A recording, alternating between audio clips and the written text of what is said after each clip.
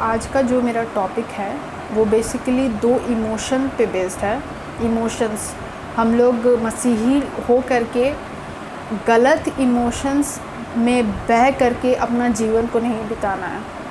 कहने का मतलब जैसे कि डर एक भावना है, ठीक है। दूसरा है घमंड।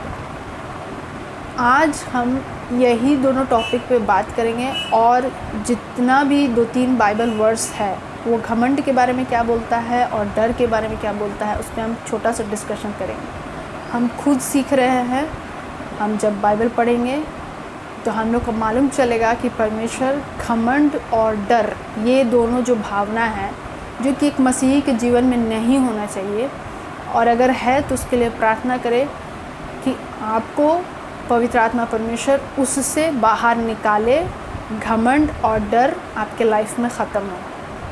तो पहला हम ये बोलना चाहते हैं कि जो मसीही है या जो कलीसिया है वो परमेश्वर का, वो लॉर्ड जीसस का एक शरीर है। हम लोग एक शरीर के अलग अलग भाग हैं। तो कलीसिया में क्या हो रहा है कि लोग एक दूसरे से बात नहीं कर रहे हैं। ऐसे बहुत सारा चर्च है जो कि आपस में एक दूसरे के प्रति, मतलब जब वो प्रेयर करते हैं तो ठीक है, प्रेयर करने के टाइम सब ठीक है, बट प्रेयर ख़त्म होने के बाद उन लोग का रवैया थोड़ा बदल जाता है। तो वैसा नहीं होना चाहिए। बाइबल में क्या बोलता है, रोमियो की किताब 12:16 में, ठीक है, हम उसको पढ़ेंगे। 12:16, आपस में एक दूसरे के साथ एक सा मन रखो, अभिमानी या घमंडी ना हो, परंतु दीनों के साथ संगति रखो, अपनी दृष्टि में बुद्धिमान ना हो। हम लोग को अगर कोई भी आते हैं, इवन दो उसका कंडीशन देखने में ऊपरी तौर पे, बाह्य तौर पे अच्छा नहीं हो, तब भी उन लोग को वेलकम करना है, क्योंकि चर्च मेरा नहीं है, आपका नहीं है, चर्च क्राइस्ट का है। और अगर कोई परमेश्वर उसको ला रहा है उस जगह में, परमेश्वर का उसको अगुवाई हुआ कि वो आए, ठीक है, और वो उस जगह में उसका सोल बच सकता है, उसका सोल नरक जाने से बच सकता है।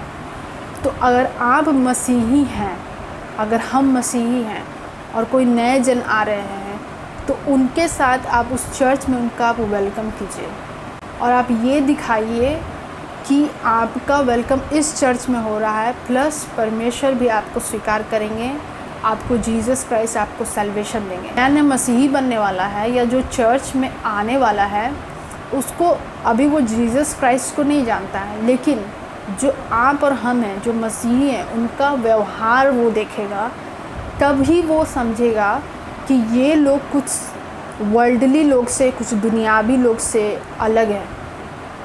ऐसा नहीं है कि ये हमको हीन दृष्टि से देख रहा है या अभिमानी होकर एक जगह बैठे हुए हैं कि हमको उससे क्या मतलब, वो चर्च में आ रहा है।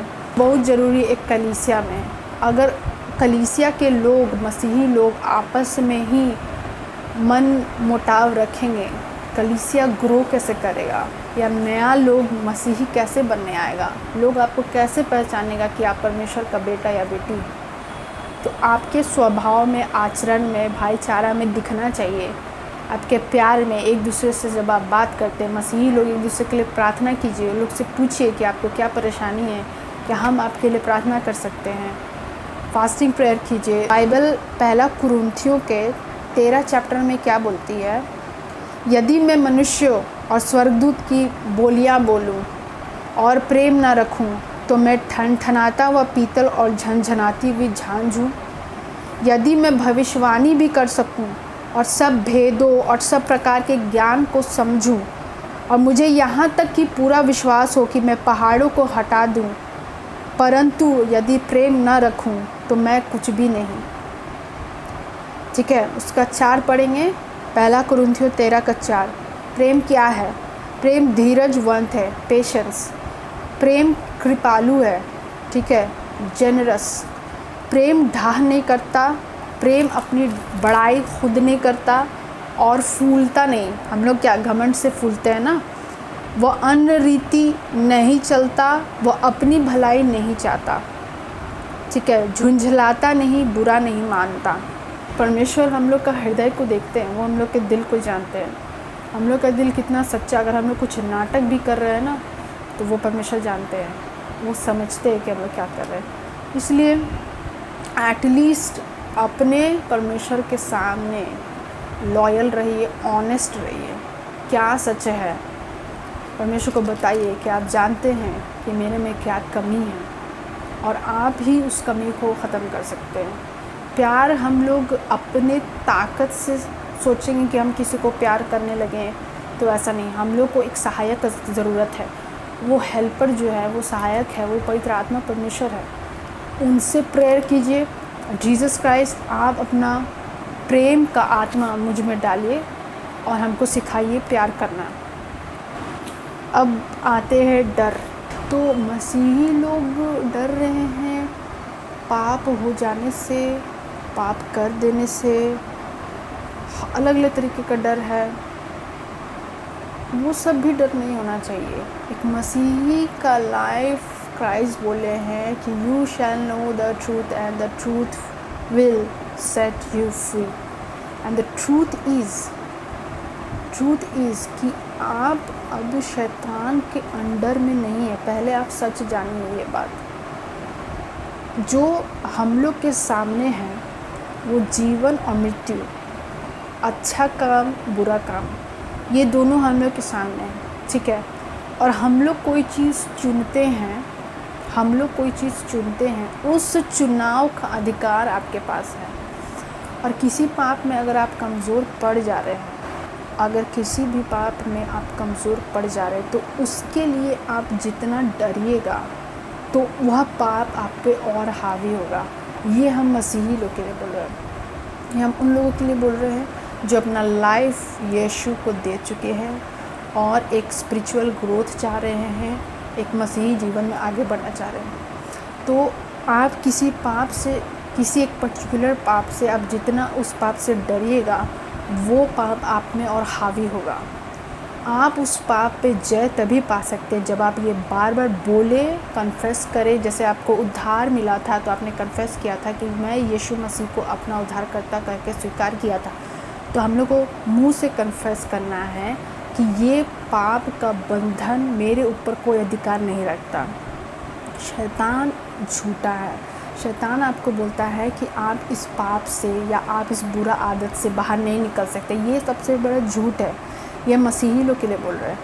ये मसीही लोग के जीवन में शैतान ऐसे काम करता है और वो बोलता है कि तुम इस पाप से कभी निकल ही नहीं सकते। खड़े हुए हैं, उस पाप को जीसस अपने शरीर के ऊपर ले लिए। अब शैतान का आपके शरीर के ऊपर कोई अधिकार है ही नहीं। आप पाप से डरना बंद कीजिए, आप भरोसा रखिए, आपका परमेश्वर आपके साथ है। आपका चॉइस, या आप डर के बैठ गए या आप उस पाप से हार मान गए, आप डर के हताश हो गए और आपका बैकस्लाइड हो रहा है, वैसे नहीं होना चाहिए। भी डर को हटाने का एक ही तरीका है जो कि भजन 34:4 में दिया हुआ है। भजन 34 का 4 हम पढ़ते हैं आपको। मैं यहोवा के पास गया, कहने का मतलब हम लोग परमेश्वर के पास कैसे जाते हैं? प्रेयर करके। उसने मेरी सुन ली। ये भी आपको भरोसा होना चाहिए कि जो आप प्रेयर कर रहे हैं वो परमेश्वर आपका सुन रहे हैं, ठीक है। अब इसको पूरा पढ़ते हैं। मैं यहोवा के पास गया, उसने मेरी सुन ली और मुझे पूरी रीति से निर्भय किया। पूरी रीति से मतलब ऐसा कोई भी चीज़ नहीं है जिसका डर परमेश्वर नहीं हटा सकते। चाहे वो डेथ का, मृत्यु का डर हो, चाहे कोई बीमारी नहीं है, लेकिन इस बात से डर रहे कि हमको फ्यूचर में कोई बीमारी ना हो जाए। वचन में लिखा हुआ है कि तुम कल की चिंता मत करो, तुम कल की चिंता मत करो। वचन में ये लिखा हुआ है, वचन में ये लिखा हुआ है। हम लोग को, मसीही लोग को पूरी तरह से परमेश्वर पर निर्भर होना है, क्योंकि वो विश्वास योग्य है। आप ये मत सोचिए कि आप बेवकूफ़ बनेंगे। आप बेवकूफ़ बनेंगे अगर आप परमेश्वर पर भरोसा रखेंगे, ऐसा कुछ भी नहीं। आप जितना परमेश्वर पर भरोसा रखना सीख जाएंगे, जितना जल्दी उतना जल्दी आप जीवन को पकड़ो। ये डर है कि परमेश्वर से हम कहीं अलग ना हो जाए, मेरे जीवन में ऐसा कुछ हो जाएगा तो हम परमेश्वर से कहीं अलग ना हो जाए, उनके लिए वचन है। हाँ, तो जो मसीही हैं या जो नए नए मसीही बने हैं, ठीक है, उन लोग को ये डर होता है, शैतान ये डर डालता है कि तुम ऐसा कुछ करोगे, परमेश्वर से तुम अलग हो जाओगे, तुमको परमेश्वर का प्रेम से अलग नहीं। जो आप में भलाई का काम शुरू किए हैं वो परमेश्वर, आपको उद्धार में परमेश्वर लाए हैं, उनका अनुग्रह से आप चुने हुए हैं, आपका नाम उन्होंने अपने हथेली पे लिख लिया है और आपको मरते दम तक विश्वास से योग्य परमेश्वर रखेंगे। स्पिरिचुअल ग्रोथ, परमेश्वर के प्रति प्रेम का ग्रोथ जो होता है ना, हम लोग को प्रेयर करना है, ठीक है, हम लोग को पवित्र आत्मा परमेश्वर जो हम लोग के हेल्पर वो सिखाते जाएंगे, हम लोग को वो अगुवाई करेंगे। अब ये मत सोचिए कि हम प्रेयर ही नहीं करेंगे, बाइबल ही नहीं पढ़ेंगे, वचन में ही नहीं जाएंगे। वचन को जितना आप खा सकते हैं आप खाने की कोशिश कीजिए, वचन को आप जितना खा सकते हैं आप खाने की कोशिश कीजिए। इसी में जीवन है, इसी में जीवन है, इसी में चंगाई है, इसी में छुटकारा है। ये बाइबल पढ़ना, उस पर मनन करना, उसको रिवाइंड करना, वचन को रिवाइंड करते रहना। आपको जब भी ध्यान लगे आप वचन पे मनन कीजिए। इसके बजाय आप कुछ फालतू चीज़ भी सोच सकते हैं, ये आपका चॉइस है। आप क्या चुनना चाहते हैं? आप जीवन चुनना चाहते हैं तो परमेश्वर का वचन को अपने मन में दोहराइए। चंगाई चाहते हैं, छुटकारा चाहते हैं तो परमेश्वर का वादा, परमेश्वर का क्रूस का काम को अपने मन में दोहराइए।